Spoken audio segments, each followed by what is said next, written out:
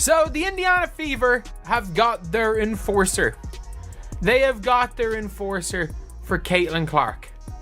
And I'm not gonna lie, like, when it comes to Caitlin Clark and their enforcer, last year everyone was talking about them needing an enforcer. The WNBA just met its biggest problem, and her name is Caitlin Clark. She's not just breaking records, she's breaking the system. One rookie straight out of college is triggering nationwide venue changes, selling out NBA-sized arenas, and single-handedly driving over 26% of all WNBA activity. That's not hype, that's straight disruption. Teams are cancelling concerts, rescheduling games, and moving out of their own buildings, just to fit the chaos that comes with hosting Clark in the Indiana Fever. She's been nicknamed the scheduling conflict, but let's be real, she's more like a walking shooting ticket printing earthquake. And while the league cashes in, there's one question no one seems to be asking out loud: what happens when one player becomes bigger than the league itself, when every other team, every arena, even the rules of home court advantage start shifting to make room for her shadow? Is this the WNBA's golden era, or is it quietly building a dangerous imbalance that could break everything it's trying to build? So let's get into it. The money, the memes, the rising tension, and why Caitlin Clark's superstardom might be the best and worst thing to happen to women's basketball. Before we jump into the chaos, go ahead and hit that like button and subscribe. We've got more deep dives, drama, and insider WNBA breakdowns coming your way, and trust me, you won't want to miss what's next. What's happening right now in the WNBA, it's bigger than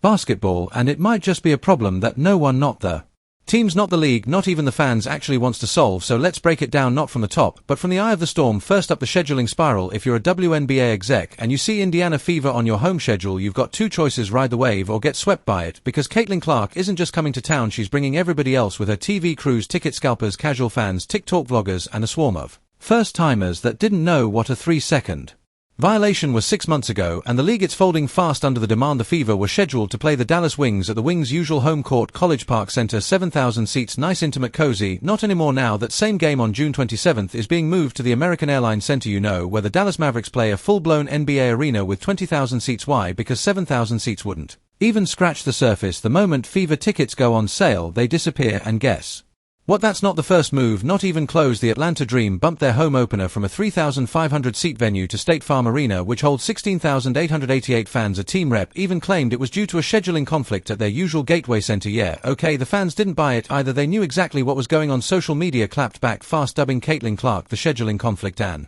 if you've seen the meme of her sipping from a straw like she knows she runs the league, yeah, it's viral for a reason. But here's where it gets wild. The money, people are calling it Clarkonomics, and it's not just a joke, it's real. Clark's rookie year generated a jaw-dropping $36 million economic boost for Indianapolis alone. Think about that, one player in one city in one season, and it gets better or scarier depending on your angle. According to valuation experts, Clark was responsible for 26.5% of all league-wide WNBA activity in 2024. That's ticket sales, merch, TV ratings, all of it. 1 out of every 4 WNBA eyeballs focused on her. Let me put it even plainer: for every 6 tickets sold anywhere in the WNBA, 1 is because of Caitlin Clark. This isn't just about fanfare, this is infrastructure. Cities are planning around her, teams are reworking their marketing departments, arena staff working overtime, and with the Fever nominated for Sports Team of the Year by the Sports Business Journal, it's clear the impact isn't just local, it's rewriting how women's basketball is packaged, sold, and experienced. But here's the twist, because there's always a twist: is this too much? Is the WNBA becoming too dependent on one star? Because let's talk about what it really means when every road game feels like a home game for the other team. The Indiana Fever are supposed to be guests in hostile territory, but lately they're greeted with sold-out arenas filled with fans in Clark jerseys, Fever merch, chants.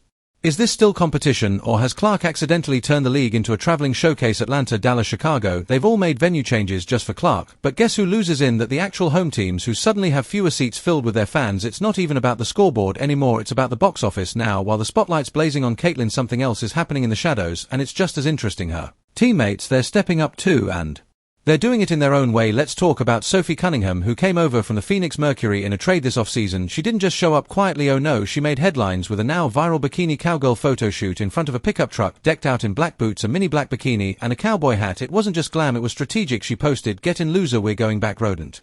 Boom, 30,000 likes, dozens of headlines, and a fan base that noticed. But she's not just a model, she's a baller. Cunningham called Caitlin the Taylor Swift of the WNBA, and said she'd proudly be her Sabrina Carpenter, the backup, the opener, the hype girl. That's confidence and self-awareness. She knows the train Clark is driving, and she wants front row tickets. Then there's Lexi Hull, quiet off the court until she landed a major brand deal with Athleta, one of the hottest women's fitness brands in the Game she said the partnership was a perfect match, empowering women, giving back and building community. She doesn't need a celebrity stylist. By the way, she builds her own game day fits. Fashion is part of her warm-up routine. Oh, and she just banked $50,000 after winning the unrivaled league this offseason. And guess who else dominated that same league? Enter Angel Ree, Clark's college rival turned pro star with the Chicago Sky U1 defensive. Dominance. Ree was named Unrivaled's first ever defensive player of the year, averaged 12.1 rebounds per game, led the best scoring defense in the league, and helped Rose BC take home the title. The woman is everywhere. Interviews, highlight reels, all-star lists. Taylor Rooks even shouted her out personally in a powerful post about how historic and long overdue the spotlight on these women really is. Reese wasn't just defending the paint, she was building legacy alongside stars like Chelsea Gray, Nafi Sakolia, and Collier Copper. She proved that this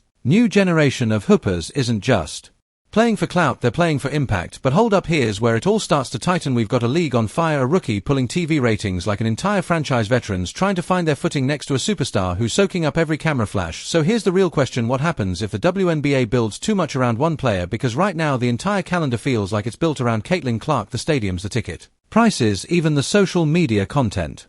The Fever aren't just a team, they're the league's main attraction. The other teams, they're suddenly supporting cast. What happens when Caitlin takes a break? What happens if she gets hurt? Or stay with me, what happens if someone else finally steals the spotlight? That's the tension simmering under all the hype. On one hand, the WNBA is exploding, numbers up, seats filled, buzz real. On the other hand, the ecosystem might be teetering. Too much heat on one player can scorch the whole court. The scheduling conflict isn't just about arenas anymore, it's about pressure, expectations, balance, and the big gamble every sports league eventually has to face. Do you ride the wave, or do you build a deeper ocean? Here's the thing no one's really saying: Caitlin Clark isn't just the WNBA's hottest star, she's its biggest gamble. Yeah, the league is raking in more money, attention, and buzz than ever before, but everything is moving so fast it's easy to miss the cracks forming under the surface, because while teams are cashing in by moving games to NBA arenas and social media is going nuts with scheduling conflict memes, the league is starting to feel a little lopsided. Think about it. When one rookie has that much influence to the point where her road games look like home games, it messes with the balance, not just competitively, but financially and culturally too. The rest of the league risk becoming background noise in the Caitlin Clark show. And let's not forget, Clark